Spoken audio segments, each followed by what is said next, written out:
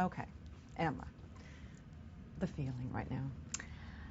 It's so strange. I can't articulate it. I guess emotional overall, but you know, there's a real sense of, I'm really excited about, you know, the next chapter of my life starting, but then obviously, you know, I feel really sad and kind of nostalgic about all of this coming to an end, and it's been such a huge part of my life. It's kind of, it's almost scary to try and you know, to acknowledge that there's going to be so much change, but it's, yeah, it's exciting too. I don't know, I'm all over. I can't even say the right thing, but yeah.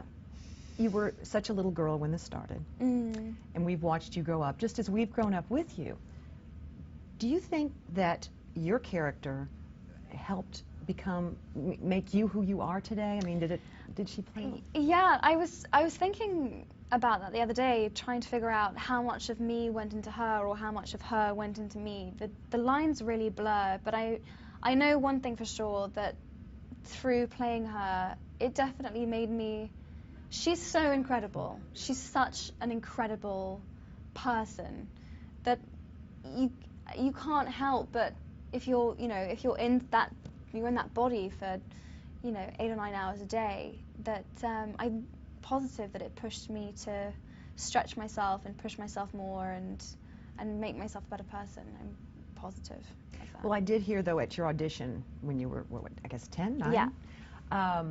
That you were so much like Hermione. You were kind of walking around and talking to yourself and kind of making yourself angry. You're just, yeah. So you were already a little bit of her. Oh, I 100% was. I was, you know, I had that same, like, very eager to please, eager to do well. I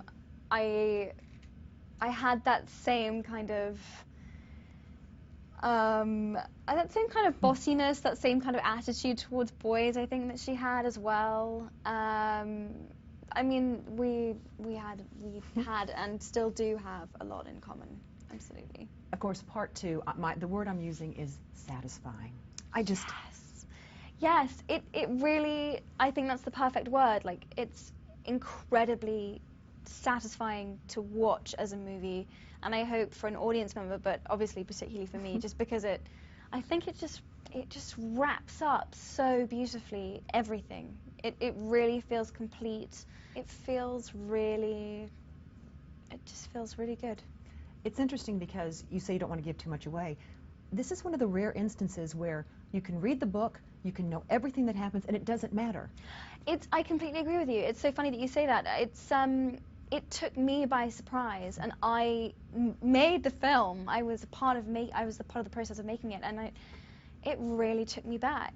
And you know, there's so much that happens in the book. It's almost impossible to remember all those plot points, and it doesn't, you know, having read the book doesn't really, yeah, it doesn't change the fact that you really feel like you don't know what's going to come next, and I think that's the beauty and the genius of David Yates. There's nothing predictable about it at all.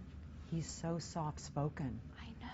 Was he like He's the most gentle man. He's so kind. He never, in the whole time of making the last, you know, he made 4 Harry Potter movies, and I've never heard him raise his voice once. He's absolutely incredible. And the amount of stress and pressure, and I mean, I just don't even know how he conceptualized and had all of this in his head. I mean, we were trying to make 2 movies at once, and he's just amazing. He's an amazing, amazing man. And of course, part 2 is war. I mean, this is really it. Yeah, I mean, it feels very apocalyptic. It's really, almost, the word epic doesn't quite seem to do it justice. It's bigger. like epic times 4. It's like, I just, as I said, just was so blown away by it as a movie, and although. And I was nervous about this, although it's in 3D and it's kind of like there are all these big battle scenes and it's a big fight and everything. It doesn't feel. It still has so much heart and so much drama and so much emotional intensity and realness and truth in it that it's, you know, there's never a minute where you're like, you know, where you don't feel really involved, and it's just, yeah.